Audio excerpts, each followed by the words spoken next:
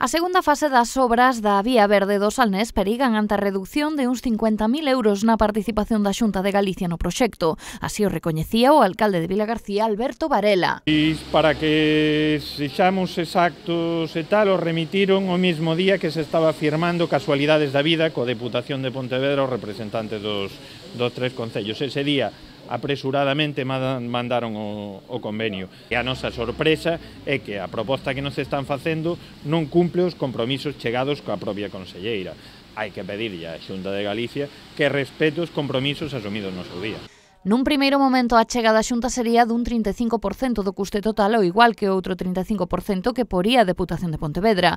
Os alcaldes intentarán agora conseguir que a achega de Medio Ambiente se achegue o máximo posible ao comprometido nun primeiro momento pola Administración Autonómica, que serían uns 200.000 euros. Estamos involucrados tres concellos, o Concello de Vilagarcía, o Concello de Caldas e o Concello de Portas.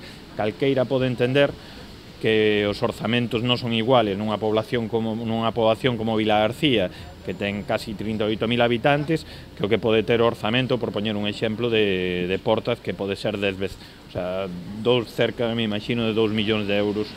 Claro, para eles a inversión que teñen que poñer a Vía Verde, se a Xunta de Galicia non cumple os seus compromisos, é un esforzo demasiado grande para os veciños, ademais que os compromisos hai que respetalos. Esta nova poñería en perigo a finalización do proxecto tal e como foi deseñado nun primeiro momento. Pero non coincide, repito, cos compromisos que estaban apalabrados coa antigua conselleira de Medio Ambiente.